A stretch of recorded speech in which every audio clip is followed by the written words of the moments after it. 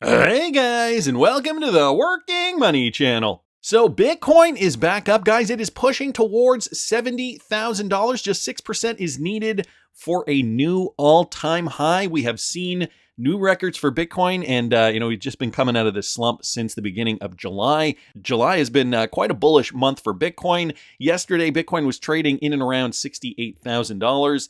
And if I were to put a price label on it right now, as of the time of this recording, we're at $69,700 per coin. So you can see within the last, only few hours, because I'm recording this in the morning, Bitcoin has already seen bullish momentum. So it's starting the week with some positive sentiment. This is the highest Bitcoin has traded since June the 13th, when it hit $70,000 but found resistance and then finally retreated. One analyst, Titan of Crypto, he told his 86,000 X followers on July the 27th that Bitcoin at $110,000 per coin is pre-programmed in as the asset is breaking out from the handle of the cup and handle chart pattern. Recent Bitcoin positive sentiment has been driven by two United States presidential candidates as well, and a prominent Republican Party senator at the Bitcoin 2024 conference in Nashville that happened between July the 25th and 27th. Independent presidential candidate Robert F. Kennedy Jr. and Senator Cynthia Lummis also spoke about establishing a strategic Bitcoin reserve for the U.S., while former President Donald Trump said that the government wouldn't sell any more Bitcoin if he got elected. I talked about some of this yesterday. So all the signs are pointing to, Bitcoin rallying. Because we've seen such a positive push, are we going to see Bitcoin breach that all-time high level? Well, I guess $70,000 is the first stop, and that would bring us roughly in and around there. And as you guys can see, if I were to just zoom in on that, if you guys were to see that, we're very, very, very close to that. And then this second line up here is all-time high. So all-time high is at 73,800, at least on this particular chart. But we're getting very close to that $70,000 level, which is psychological. We're about 0.5% away from that psychological level. And then as that article did note, about 6% away from a new all-time high. So Bitcoin getting geared up to break out of this pattern that we've been seeing over the last several months, this consolidation pattern, where we've just been kind of waiting, where it's just been meandering back and forth, back and forth. Luckily, we haven't been making significant new lows. We still have been maintaining the structure. Bitcoin is now breaking out of that. And so, now everybody is waiting with bated breath to get on with the rally. We're getting ready. I mean, I'm personally excited to cash out of some of my altcoin positions. Some of those positions I have in the $15,000 plus portfolio that you can find over there at patreon.com/workingmoneychannel. And for the Patreon subscribers, I'm just going to say this at the top. I'm going to be doing another live Q&A session, I think on Wednesday this week, because I've got some time on Wednesday. For those of you guys who have not subscribed and are interested, it is only $5 a month. I think it's pretty good value for what you guys are getting. I do give detailed instructions on how you find all the trading related information in the pinned video at the top of the feed. So patreon.com/workingmoneychannel, live Q&A session this Wednesday. You can see crypto greed is still at 63, so that hasn't really moved too much. Market cap is up by a little bit. That's at $2.48 trillion. 24-hour volume is down a little bit. Bitcoin dominance, though, still creeping up. So Bitcoin's still the leader in terms of the crypto market, in terms of gaining in this space. We can see Solana, though, up over 7 days, up 6.25%, up to $190 per coin. So Solana has been doing quite well. XRP is up to back up to almost 61 cents.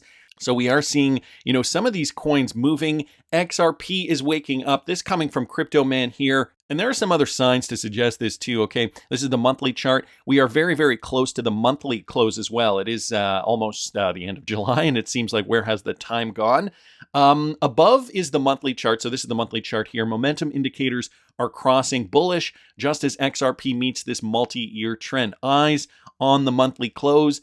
And guys, that is just a couple of days away. So, wouldn't it be a nice surprise by the end of the month if we just saw XRP pop up above this trend line here? You can see the RSI. It is crossing over slowly but surely. And then in this next chart, the Crypto Man is suggesting that the next stop is 74 cents. We could see that over the next week or two. Momentum indicators on the daily time frame have also cooled off as XRP has been coiling up. So that is the other thing with regards to XRP and the structure here on the chart. You guys can see this is the daily. If I throw it on, you can probably see it a little better on the 4 hour here. And just let me remove some of that. And zoom in here, that coiling up structure is looking very, very tight. Very nice bullish pennant pattern, but with this ascending triangle, not so much a triangle when you see it like that. It is ascending where you can see the trend line here moving upward as opposed to remaining flat. So we're seeing higher lows here on the chart, and XRP right now, as of the time of this recording, trading in and around 61 cents, just shy of 61 cents. So 0.60895 per coin. We've been waiting a long time for XRP to move. All the indicators are pointing to the fact that it is likely going to move soon. All signs that we are in the last phase of this bull run or coming up to the last phase. Now, don't forget, guys, the last phase is going to take some time to play out, so you do still have time to prepare. And again, if you want to see what I'm doing this bull run, my plan, I'm waiting for Bitcoin to make that final move before I finalize, I lock in what I'm going to do. You can find all that at patreon.com/workingmoneychannel. John Deaton has come out. He's urging Democratic presidential candidate Kamala Harris to prove her support to crypto by promising Gary Gensler's resignation. So we heard former President Donald Trump say that he would, in fact, fire Gary Gensler. Well, John Deaton is a Republican senatorial candidate and has asked Democratic candidate Kamala Harris to prove her recent shift towards the crypto industry. The broader crypto industry also seeks clarification from Harris regarding her sudden reset towards Bitcoin and broader crypto. Deaton suggests that the Democratic candidate promise Gary Gensler's immediate resignation. Now, whether she does it or not is a different thing, but John Deaton is putting her feet to the fire. She claims that she wants to be pro-crypto. However, John Deaton's pointing out the facts here. He argues that Gensler caused more harm to individual investors than Sam Bankman-Fried. For example, firstly, the Gensler-led SEC policy of regulation by enforcement is a big reason investors and customers look to offshore companies like FTX. Secondly, Gensler met with Sam Bankman-Fried multiple times and refused to turn over any notes, emails, or correspondence. So that is fishy, and we don't need people like that serving the American people. John Deaton says Harris asking Gensler to resign will be good XRP news for the wider crypto community. He added that demonstrating good faith could become a landmark move in crypto history. Many people in the crypto industry are suggesting the same. As you guys know, John Deaton did sue the SEC, representing 75,000 XRP holders. He argued against the SEC's legal theory, violating 80 years of securities laws and destroying the financial lives of retail users and investors. And guys, we're still waiting on the Judge Torres verdict. Hopefully we get that very soon. It is now, I guess not technically the middle of summer, but very, very close. And we were expecting, the analysts are suggesting that we would find out, get a final resolution by the end of the summer. So we still have, about a month to go, a couple of months technically, if you want to count till the end of September. So John Deaton did come out. He said the single most significant thing Kamala Harris could do to demonstrate she's 100% serious about the reset regarding Bitcoin, as well as fostering a digital asset economy during her administration, is to demand Gary Gensler's immediate resignation. Arguably, no single person has caused more harm to individual crypto investors than Gensler. Do you remember when Fox Business reported on the emails, guys, the shadiness going on behind closed doors? Senator Elizabeth Warren and her office coordinated testimony with the Security and Exchange Commission ahead of a Senate hearing. The Heritage Foundation Oversight Project, of which I'm associated, through a FOIA request, obtained emails from Warren's office to the office of Chairman Gary Gensler 2 days before his Senate testimony back in September of 2021. The email from Warren's economic policy advisor includes a list of questions. Get this, a list of questions that Senator Warren planned to ask, along with suggested answers for the chairman of the SEC. The advisor also wrote, quote, "Let me know if you're okay with the questions as currently written." 2 days later, she sent a follow-up, quote, "Let me know if it's looking like the chair has any issue with the framing of the questions. Definitely don't want to put him in a tough spot," end quote. And it appears the chairman didn't have any issue with these questions because Senator Warren asked almost verbatim from the email. Check this out. Chair Gensler, advocates say crypto markets are all about financial inclusion, but the people who are most economically vulnerable are the ones who are most likely to have to withdraw their money the fastest when the market drops. Does this sound like the path to financial inclusion to you? I really kind of wish that clip would go longer. It cuts off there, but I think you guys get a sense of what we're talking about here. This is what's encouraging the drive to get Elizabeth Warren out, to get John Deaton in. Even the Winklevoss twins did come out in support of John Deaton. Deaton for Senate tweets out, Tyler Winklevoss is an American hero who believes in freedom. That's why he spoke at the Bitcoin conference. Senator Warren believes in control. That's why she would never show up. And that's why John Deaton will defeat her in November and become the next U.S. Senator from Massachusetts. So we're hoping that is the case there. Cameron Winklevoss also did tweet this out. Beware of the big bluff. Harris and her advisors are in the process of working on a reset for the crypto industry. Being respectful of the vice president's time, let's be crystal clear here. Kamala Harris, please don't bother unless you're prepared to take swift, bold, and concrete action. You can't burn bridges for 4 years and expect to rebuild them with words alone. As President Trump astutely pointed out this weekend at the Bitcoin conference, we are a high IQ industry. We will not fall for any bluffs, and we will not be swayed by what you say. We will only consider what you do. You and your party retired Joe Biden, a sitting president, which means you can definitely retire Gary Gensler before November. Show us what can be. Pompous Maxi down here saying, she's trying to do what Trump did. Reminder, Trump was POTUS and had much longer than 4 years to at least speak out. It's great he decided to bring crypto into the election, but you're setting a standard that you did not set up for Trump despite his control over House Republicans. Okay, an interesting point there. Attack Titan says, because Gary was a Wild West rogue agent acting under his own direction, or that maniac Joe, instead of something symbolic, how about she require an immediate open forum with all industry leaders and financial institutions to draft a plan that's beneficial? There are so many ways we could regulate this. We could fix this situation. Caitlin Long coming out saying, and fire the instigators of Operation Choke Point 2.0 as well. Gensler is just one part. The 3 investigators of this operation, who are still working insidiously to debank the law-abiding companies in the space, need to go too. So all very, emotionally charged comments here. Of course, this is our industry. We do want to see it thrive. Bill Morgan also pointing out some incorrect information tweeted out by Trump Coin. I highlighted this on the weekend.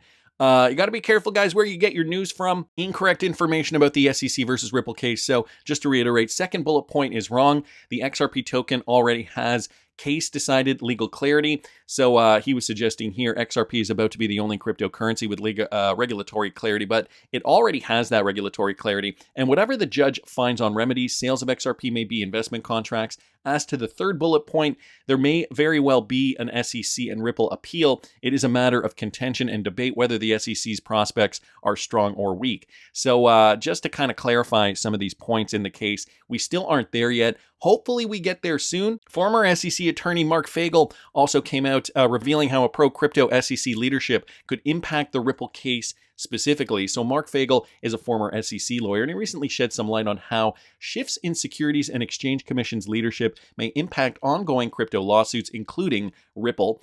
Jungle Inc., a popular crypto influencer, asked, if we do see a pro-crypto president this election, will the new SEC administration change approach towards crypto? The lawyer clarified that historically a new SEC administration typically refrains from interfering, but it's a possibility, I guess. He says here it would not usually alter the course of the of a case like the Ripple lawsuit or similar. However, Fagel noted that the new administration might change priorities for future cases. Nonetheless, he affirmed that enforcement actions themselves are generally apolitical.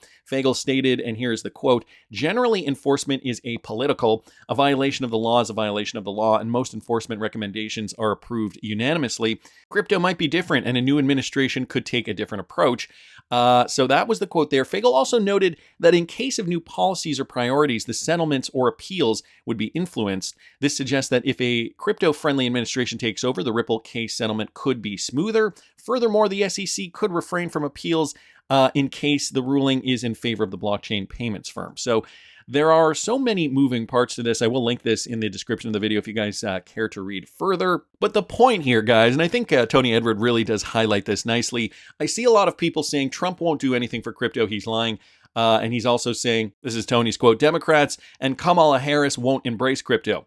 But he does highlight here, you are completely missing the point of what is happening here. You are caught up in semantics versus the macro. And this is where the shift is going to happen. The Overton window for crypto. If you guys don't know what that is, I'm going to play you just a little clip of this video. Listen to this. The Overton window is a model of policy change. And the Overton window describes one big thing. Ideas that are inside the Overton window are ideas that are politically safe. The public is ready to accept them. But ideas that are outside the Overton window are ideas that might be too radical for the public to accept. And any politician who supports ideas that are outside the Overton window today risks finding himself getting defeated in the next election. Anything that changes the public's perception of an idea can shift the Overton window. Things like think tanks, the media, entertainment, a crisis, or historical events. Anything that gets the idea out of the open so that it can be discussed and debated has the potential to shift the window. I will leave this in the description of the video if you guys want to watch the rest of the clip. I just thought I'd show you the first minute just because he does describe what that Overton window is. And Tony is saying, that is happening in crypto right now. Watch this video to understand what is happening with crypto in politics. The paradigm shift continues. And guys, ultimately, crypto is winning. And that is what we should be aware of. That's what we should be happy about, considering we hold cryptocurrencies and we bought them at a steal of a deal compared to what people are going to be buying them at during the euphoria phase of this cycle. So Smoke here also bringing us some more international XRP ledger connections with the Brazilian Treasury bond tokenization. Guys, it's occurring, and it is occurring on the XRP ledger. So countries are already integrating, and you got to think Brazil, not a small country in terms of economy. Brazilian Treasury bonds and tokenization, look, they're tokenizing their Treasury bonds on the XRP ledger. They say down here, we have developed a revolutionary overnight system using the XRPL, aimed to disrupt the market and establish a new standard for Brazil's financial institutions. Even Stuart Alderati did comment on Ripple's agreement with the central bank. Listen to this. We have an agreement with the Central Bank of Brazil to do business there. So just basically just a short clip, a statement there from Stuart. Central banks of Brazil, mandatory operations. So overnight operations are the linchpin of financial stability, balancing liquidity and regulatory compliance daily. And guys, this is trillions of Brazilian real moved every single month. That's their fiat currency. National Treasury of Brazil is making high efforts in tokenization of bonds and DREX. So we're going to be seeing a lot of this become tokenized over time. Here's another clip from XRP Drops. The Central Bank of Brazil will launch a CBDC, digital real, on the EVM sidechain by the end of 2024. When you look at the context of Brazil, it's quite favorable to innovative initiatives.